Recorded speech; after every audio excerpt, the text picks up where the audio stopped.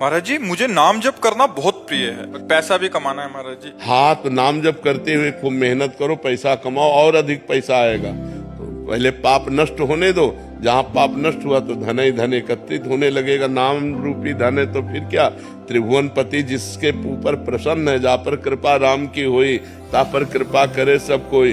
खूब नाम जप करो, खूब मेहनत करो, धन कमाओ और जो दुख सुख आवे उसे सह जाओ, आगे बहुत अच्छा फल प्राप्त होगा। दोनों काम करेंगे तो कोई दिक्कत तो नहीं होगी? नहीं, कोई दिक्कत नहीं, दोनों काम करना ही चाहिए, क्योंकि गृहस्थ हो, कोई विरक्त थोड़े हो, गृहस्थ हो।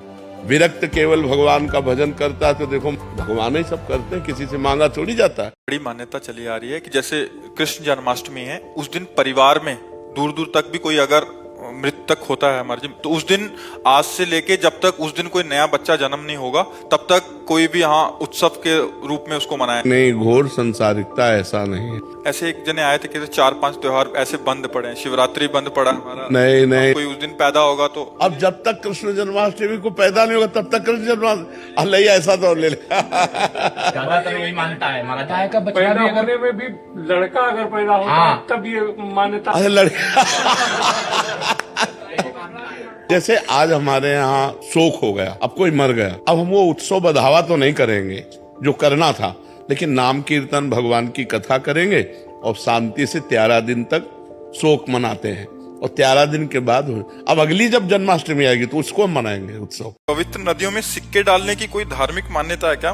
मान लो गंगा जी हैं, यमुना जी हैं, 1 रुपए का आटा ले लो और घोर करके उसको ऐसे गोली गोली बनाओ और डाल दो, तो उसमें मछली है, कछुआ है, वो पालेंगे। रुपया डालने की कौन सी बात है?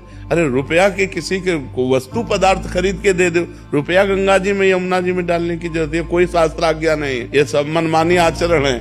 1-1 रुपया अगर तुम्हें दान करना है ना तो तुम एकत्रित कर लो, एक गोलक बना लो, 1-1 रुपया। अब 100 रुपया है, 100 रुपया का हरा चारा लेकर गाय को डाल दो, या 100 रुपया किसी बीमार आदमी के काम में दे दो, या 100 रुपये का भोजन किसी को पवा दो।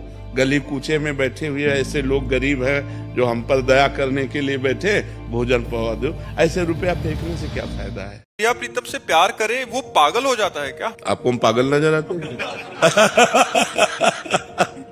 अकेले बात करते तो मतलब कोई सोचता है कि ये क्या बात कर रहा हूँ, मतलब हम लीला चिंतन करते मतलब। देखो, अगर हम बनावटी न करें तो हम पागल नहीं हैं, बनावटी अगर हम कुछ करने लगेंगे तो पागल है। भगवान के मार्ग में दंभ, पाखंड, बनावट, इससे बचना चाहिए। हमको ये जनाना नहीं किया तो हमको क्यों डिस्टर्ब करते हो? हम नाम जप में डूबे हुए, ये नहीं। भजन करने वाले को ये जताना नहीं कि मैं भजन में डूबा हूं। जैसे क्या बहुत सोच रहे थे, क्या सोच रहे? अरे वो चलता है, ऐसे सोच। हाँ बोलिए, आप क्या ऐसे बात की जाती है? ये थोड़ी बताया जाता कि हम तो लीला चिंतन में थे, तुमने हमें टोक दिया, हम नाम चिंतन में थे, ये बताया नहीं। अगर ये बताओगे तो बात ठप हो जाएगी। खूब भजन करो और प्रवीणता पूर्वक व्यवहार करो। हमारा मन विवाह आदि का नहीं है, कोई रुचि भी नहीं है। शरीर संबंधी को थोड़ी चिंता हो जाती है कि बुढ़ापे में कौन संभालेगा, कौन देखेगा, और कभी कभी घबराहट भी हो जाती है कि इस जन्म चूक हुई और प्रिया प्रीतम के दर्शन फिर नहीं हुए तो फिर कैसे? तो भरोसा रखो। तो हमें पहली बात तो ये नहीं सोचना चाहिए कि बुढ़ापे में मेरी सेवा कौन करेगा। जिसके लिए हमने जवानी दी तो वही बुढ़ापे में आएगा। अच्छा, मान लो हमारा ब्याह हो गया, पति मर गया, तो जब प्रभु के चरणों का हम भरोसा कर लेते हैं तो फिर ये प्रश्न नहीं होना चाहिए कि मेरी वृद्धावस्था में कौन सेवा करेगा।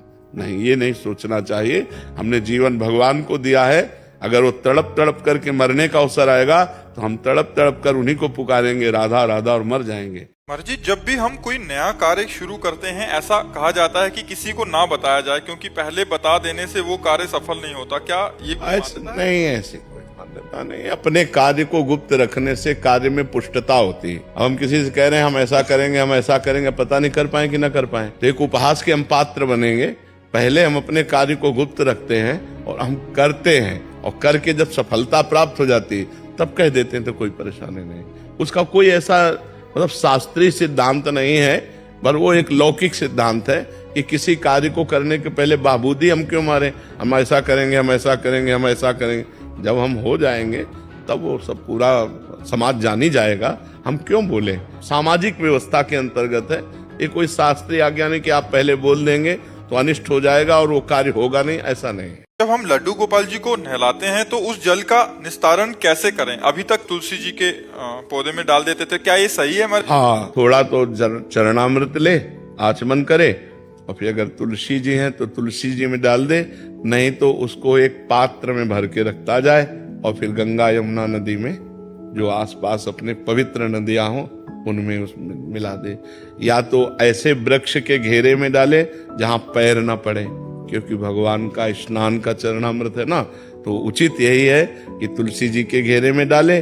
जिसके घर में तुलसी जी नहीं है वो एक पात्र रख ले 5 लीटर 10 लीटर का, और उसी में डालता रहे, और जब भर जाए तो पास में जो नदी पवित्र हो वहां जाकर के उसी में डाल दे। ठाकुर जी के फूलों को पहले नदी में विसर्जित करते थे, अब जैसे एकत्रित फूल हो गए और किसी सरोवर नदी के तट पर गए और किनारे में खोद करके और उन फूलों को ऐसे कर दिया, उनको ऐसे। पुण्यात्मा है तो स्वर्ग गति को, अगर स्वर्ग गति को जाता है तो देवलोक से आते हैं उसको लेने के लिए, अगर नरक गति को जाता है तो यमदूत लेने के लिए आते हैं। हरि गुरु सबकी रक्षा करते होते तो बात बन गई होती ना। और जो भक्त है उसका जब शरीर छूटता है, अंत समय में स्मरण हो गया भगवान का, तो भगवान को प्राप्त हो जाता है। अगर अंत समय स्मरण नहीं हुआ उसका तो पुण्यवानों के लोकों में जाकर के सुख भोगता है। फिर यहाँ मृत्यु लोक में श्रीवान कुलवान धनवानों के यहाँ उसका जन्म होता है, और वो पूर्व भजन जहाँ से उसका रुका हुआ था वहां से फिर भजन चल करके वो भगवान को प्राप्त हो लेता है।